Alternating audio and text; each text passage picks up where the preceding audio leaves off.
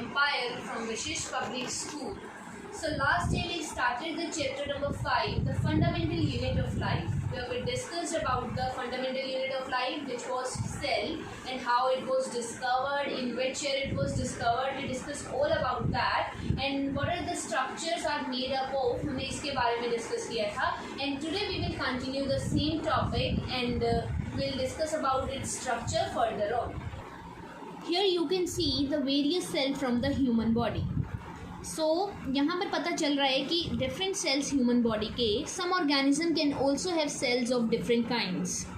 Let's look at the following picture. It depicts some cells from the human body. Human body के कुछ cell दिखाए गए हैं. Here you can see कि सभी सेल्स की शेप जो है हमारी डिफरेंट है. सभी सेल्स हमारे देखने में अलग शेप के हैं. कुछ छोटे हैं, कुछ बड़े हैं, कुछ ओवल है, कुछ सिलेंड्रिकल है. हमारे डिफरेंट शेप्स के हमारे सेल है. तो ये जो सेल होते हैं ये इनकी शेप और साइज़ ही डिपिक्ट करती है कि ये फंक्शंस क्या परफॉर्म करेंगे.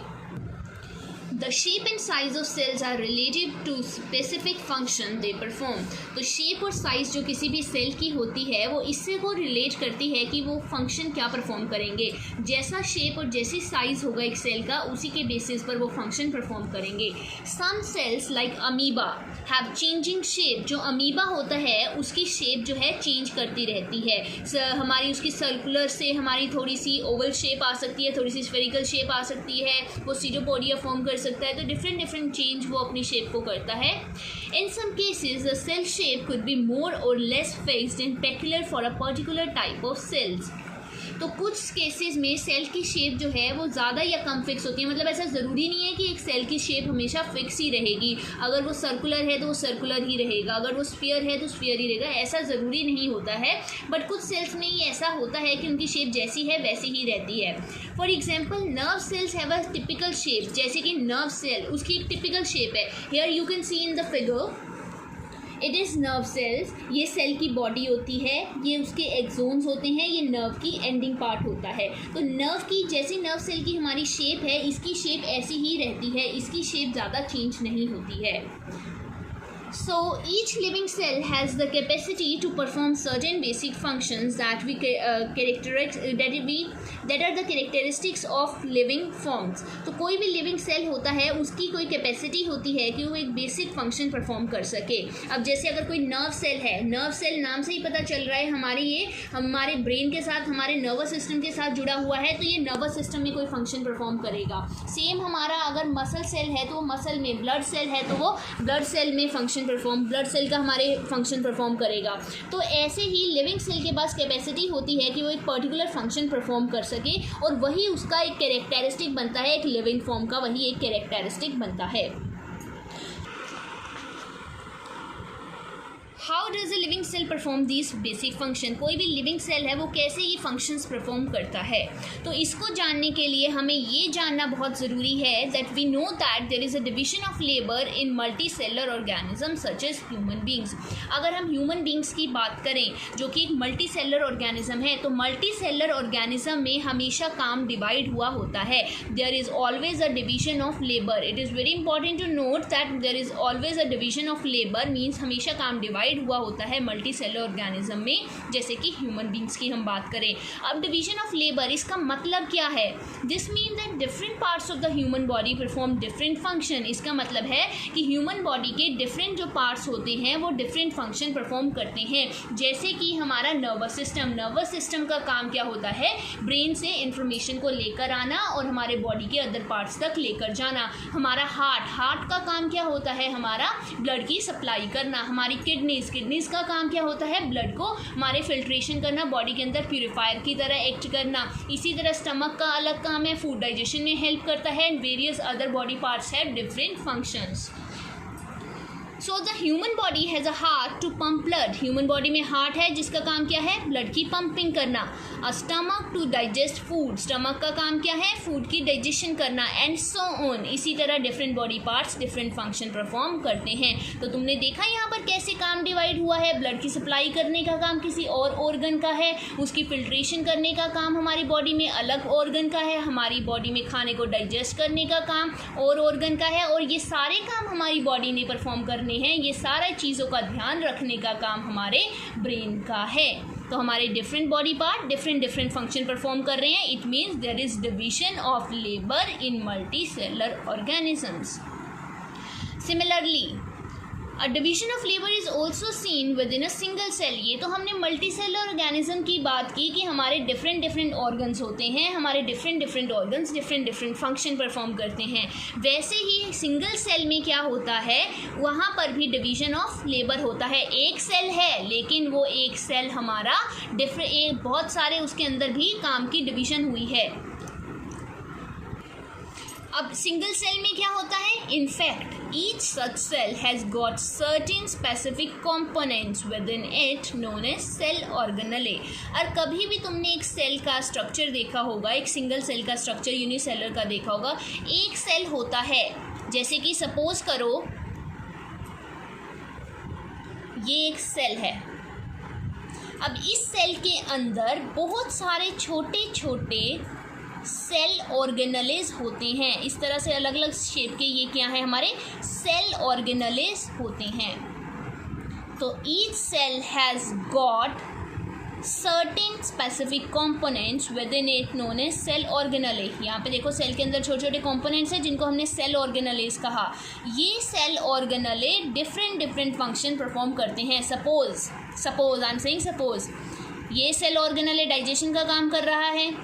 ये सेल ऑर्गेनले बॉडी में अगर वेस्ट प्रोड्यूस हो रहा है उसको बाहर निकाल रहा है, एक्सक्रीशन का काम कर रहा है.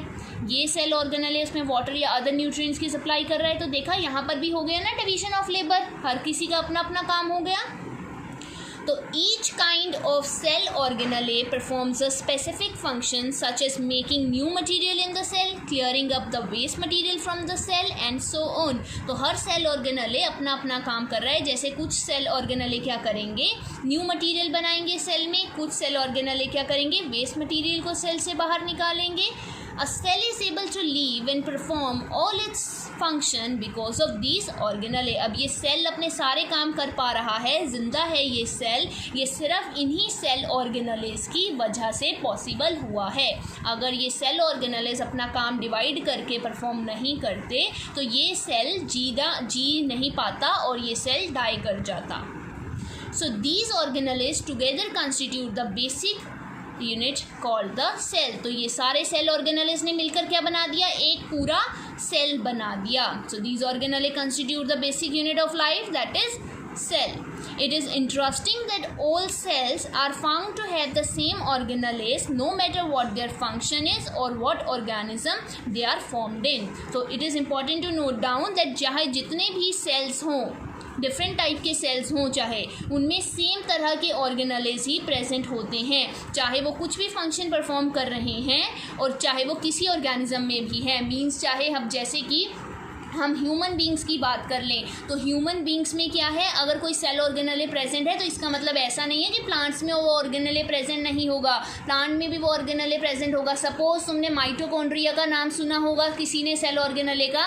माइटोकॉन्ड्रिया का काम क्या होता है, हमें एनर्जी प्रोवाइड करना. वो एक सेल ऑर्गेनले है, वो प्लांट्स में भी प्रेजेंट होता है, वो एनिमल्स में भी प्रेजेंट होता है. तो माइटोकॉन्ड्रिया हो गया. न्यूक्लियस के बारे में तुमने सुना होगा जो सेल को कंट्रोल करता है. तो ऑर्गेनलेज जो हैं डिफरेंट ऑर्गेनिज्म में सेम ऑर्गेनलेज प्रेजेंट हो सकते हैं. So it was all about how division of labour occurs in organisms.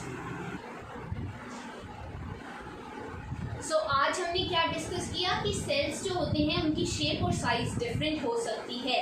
तो अगर शेप और साइज किसी सेल की डिफरेंट हो रही है तो उसी के बेसिस पर वो डिफरेंट डिफरेंट फंक्शंस परफॉर्म करते हैं. और हमने कहा कि डिवीजन ऑफ लेबर होती है हमेशा एक सेल के अंदर. जो एक काम है वो डिवाइड होता है, सारे काम कोई एक पर्टिकुलर सेल परफॉर्म नहीं करता है. मल्टी सेलुलर ऑर्गेनिज्म में, मल्टी सेलुलर ऑर्गेनिज्म में different cells different functions perform करते हैं based on their size and the location where they are found. और अगर हम यूनिसेलुलर ऑर्गेनिज्म की बात करें तो यूनिसेलुलर ऑर्गेनिज्म में एक ही सेल है लेकिन उस सेल के डिफरेंट कंपोनेंट्स हैं जिनको हम सेल ऑर्गेनलेज कहते हैं और वो सेल ऑर्गेनलेज डिफरेंट फंक्शन परफॉर्म करते हैं.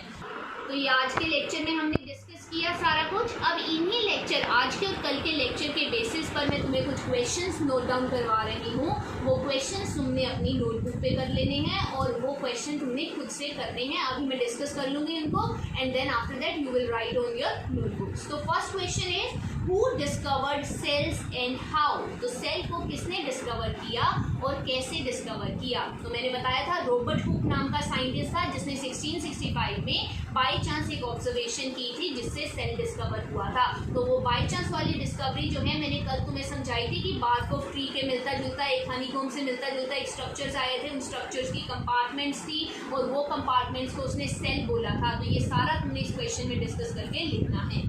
Second question is why is the cell called structural and functional unit of life? Cell को structural and functional unit of life क्यों कहा जाता है? Write down the question. Why cell is called as structural and functional unit of life? तो एक cell को structural and functional unit इसलिए कहा जाता है क्योंकि अब देखो सेल की एक शेप होती है। सेल जो है बेसिक स्ट्रक्चर बनाता है किसी भी ऑर्गेनिज्म में, that is why it is called as structural unit. अब वही सेल जो है डिफरेंट शेप और साइजेस के बेस पर डिफरेंट फंक्शंस परफॉर्म कर रहा है, जैसे कि डाइजेशन का, ब्लड सप्लाई का, ऐसे फंक्शंस कर रहा है वो। तो that is why it is also known as functional unit. तो यही रीजन है कि एक सेल जो है पर्टिकुलर स्ट्रक्चर बना रहा है किसी ऑर्गेनिज्म का और उस ऑर्गेनिज्म में वो फंक्शंस परफॉर्म कर रहा है, that is why it is called as structural and functional unit of life.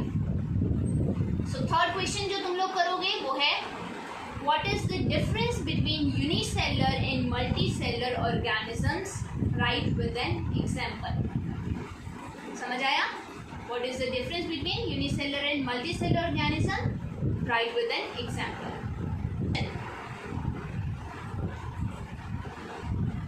Last question है explain the statement why it is said that there is division of labor in an organism. Explain करनी है why there is division of labour in multicellular organism और unicellular organism. किसी भी multicellular organism और unicellular organism में division of labour का क्या मतलब है? Comment. You have to write this answer in your notebook. So 4 questions बोले मैंने, वो चारों तुमने अपनी नोटबुक में करने हैं। So this was all about today's lecture.